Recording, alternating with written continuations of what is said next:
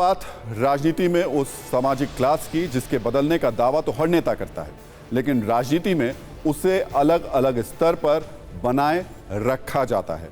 आपको दो तस्वीरें दिखाते हैं। पहली तस्वीर ममता बनर्जी की है जो कुछ दिन पुरानी है। इसमें वो मंच पर नारे लगा रही थी, वॉशिंग मशीन बीजेपी। दूसरी तस्वीर उन अनुसूचित जाति जनजाति की महिलाओं की है जो पहले टीएमसी में थी, बाद में 2 दिन पहले बीजेपी में शामिल हो गई थी। लेकिन दावा है कि टीएमसी के स्थानीय नेताओं ने इन महिलाओं को फिर से टीएमसी में लौटने के लिए कहा और इसके लिए उन्हें दंडवत होकर चक्कर लगाने के आदेश दिए। कल तक ममता बनर्जी बीजेपी के लिए वॉशिंग मशीन के जरिए कटाक्ष कर रही थी, लेकिन उनकी पार्टी में वापसी के लिए किस तरह प्रायश्चित वाली वॉशिंग मशीन से गुजरना होता है, ये भी नोट करने लायक बात है। सोचिए, जब कोई बड़ा नेता किसी ऐसी पार्टी से दूसरी पार्टी में जाता है या जाकर वापस आता है तो मंच पर माला पहनाकर उसका स्वागत होता है। बीजेपी से टीएमसी में गए बाबुल सुप्रियो तो इसके सबसे बड़े उदाहरण हैं, जहां पहले सम्मान के साथ उन्हें टीएमसी में शामिल कराया गया, फिर विधानसभा का टिकट दिया गया, वो चुनाव लड़े और जीते भी। यहां जिस तरीके से अनुसूचित जाति जनजाति की महिलाओं के साथ टीएमसी के स्थानीय नेता व्यवहार कर रहे हैं वो शर्मनाक है और इसमें दोहरा रवैया भी दिखाई देता है। बीजेपी ने इस मुद्दे को अब टीएमसी पर हमला करने का एक बड़ा जरिया बनाया।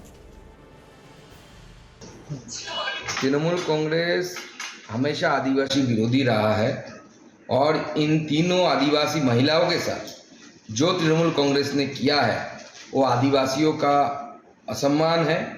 उनको असम्मानित करने के लिए जो करना चाहिए था तृणमूल ने वो किया। तो अमानवीय होकर राजनीति करने का उदाहरण सिर्फ बंगाल से देखने के लिए नहीं मिला है। तमिलनाडु में कांग्रेस नेता ने राहुल गांधी को खुश करने के लिए या आवेश में कुछ ऐसा कह दिया जिससे राहुल गांधी की प्यार बांटने वाली राजनीति को धक्का लगेगा और विपक्ष पर सवाल भी उठेगा। आए दिन राहुल गांधी ये बोलते हैं कि देश में लोकतंत्र नहीं है, बोलने की आज़ादी नहीं है, लेकिन तमिलनाडु में उनके नेता हैं मणिकंदन। कुछ दिन पहले राहुल गांधी को दी गई सजा के विरोध में वो प्रदर्शन कर रहे थे। इस प्रदर्शन में उन्होंने कहा कि सूरत की अदालत ने हमारे नेता को 2 साल की सजा सुनाई है। सुनिए जस्टिस एच वर्मा, जब कांग्रेस सत्ता में आएगी तो हम आपकी जीभ काट देंगे। इस बयान के बाद कांग्रेस नेता मणिकंदन के खिलाफ जांच शुरू हो गई है। सोचिए, अगर देश के नेता ऐसा बयान देंगे तो क्या देश में कोई जज निष्पक्ष फैसला सुना पाएगा?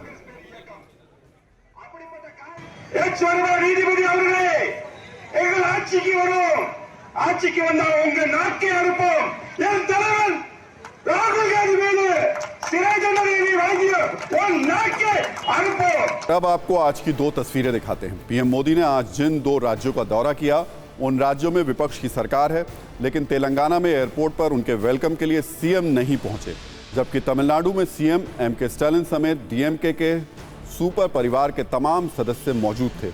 उन्होंने पीएम मोदी का बड़े सम्मान से स्वागत किया। पीएम ने भी सबसे बात की। आज की गलाकाट प्रतियोगिता वाली राजनीति में ऐसी तस्वीरों को अपने मन के एल्बम में सेव कर लेना चाहिए।